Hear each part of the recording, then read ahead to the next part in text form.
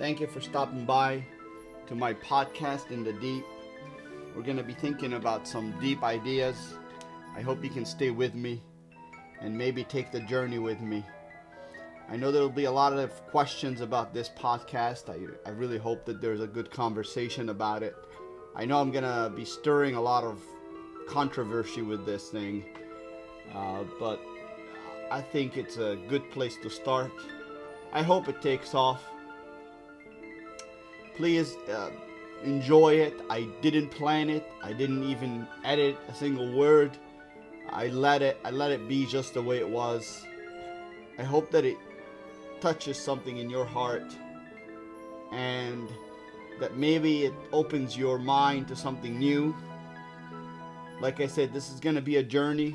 We're not going to be done in one episode, but I want you to get a sense of what I'm about and where I'm going and what I'm thinking. I'm not looking for donations. I'm not looking for advertisement. Especially this first episode, I won't even do anything. I just want you to hear it and tell me what you think, and tell me if it touched you, and tell me if it's changed your life in any way. Please enjoy. Speak about Jesus. I don't want to speak about the Holy Ghost. I just want to speak about the idea of speaking, of doing glossolalia. It's gonna affect your life in ways you never thought possible. My story with glossolalia goes back a long way. First of all, I'm not even from the US, but I came from the Middle East. I loved the US and I thought it was home for me.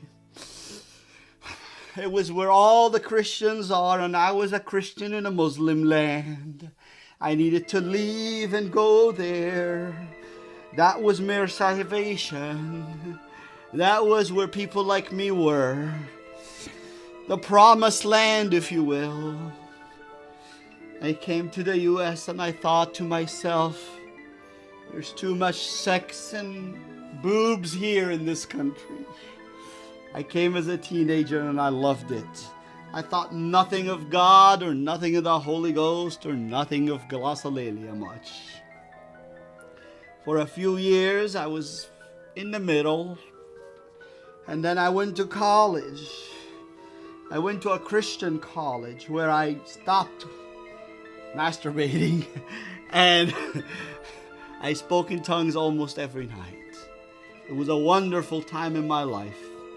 It was an amazing time that I acted very unusual.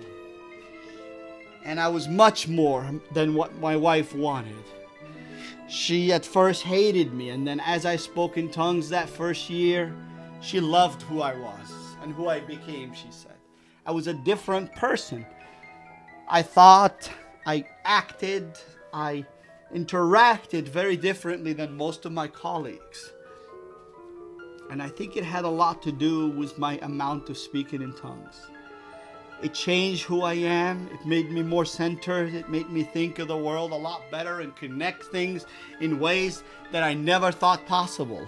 I would have the church going up and down and praising God based on the words I was saying. And I usually needed to speak in tongues to pray in that way. For a few hours I would speak in tongues, and then I would see this flood of ideas that would come out of me that would just impress everyone around me, and I was just always blown away. I'm like, where are these things coming from? This is amazing, but I don't even know how to do this. I need the power of the Holy Ghost to come in me and change me and make me this person. We're going to get to that, but I just want you to understand how I thought then. This was very important to me, and it did fundamentally change who I am, and it fundamentally changed how I reacted to the world and how I thought about the world. It made me better. And I promise you, we're going to get to it, but it did make me better. Fast forward a few years, I'm in college and I finish and we get married. And then I stop speaking in tongues much, and then we get divorced. She hates me. She hates my guts because I'm watching porn. I'm watching a lot of animation and I just don't care. I'm on the internet I'm on Facebook, I'm on Netflix. I'm always getting the latest and the greatest things. I become a good salesman, and I make some decent money. I fall sick. And in the time I fall sick, she cheats. And then she has a baby. And I'm willing to actually raise her child, which I think is crazy, but I did. I thought, hey, I should be okay with raising her child. So I said, all right, it's okay, forget about it. We'll raise him. I'll raise him as my son. And I think about it. It was kind of crazy. But anyway, she said no, and you can't do that, and I can't do that. And she told me she cheated on me and had a baby when I was at work, of all places. Just as a side note. So I'm working, and she comes in and she tells me I did something really bad, and she tells me that she cheated and had a baby. So far, so good. I don't get upset. I definitely get upset, but not at her. I don't hurt or scream or yell or do any of those things. I was distraught, really. For a month, of course, I was absolutely depressed. My parents didn't see me, because at the time I didn't used to go to them much, and they just absolutely, I was absolutely not able to deal with anyone or tell anyone what happened for 6 months maybe. They were looking for me, and I would act like she's not around, and they would ask where Mary is, and I would say, oh, she's not around. She couldn't make it this time, until they started getting suspicion, and then I told them, after a while. But anyway, so things changed a lot for me, and after Mary, I really realized this is fucked up. There is no God. The amount of, prophecies and things that people have said about us, and you're gonna be great together, you're gonna do great things together for God, and all this stuff that was given to us was just people's projection of what they wanted. They realized what we wanted to hear, and they gave it to us. And I realized that this is all bullshit, and I'm not sure if Mary did or ever has, or she just has a lot of guilt about it. I try to talk to her, but I haven't been able to. But anyway, so I moved on from there. It took a few years, and really I was struggling until 2012. So I went to college, I finished my degree, I just lived. I really didn't believe in anything, but I lived, and I didn't think about anything. I wanted money, and I made it. I made a good deal of money, and I was doing all right until I fucking went to Mexico.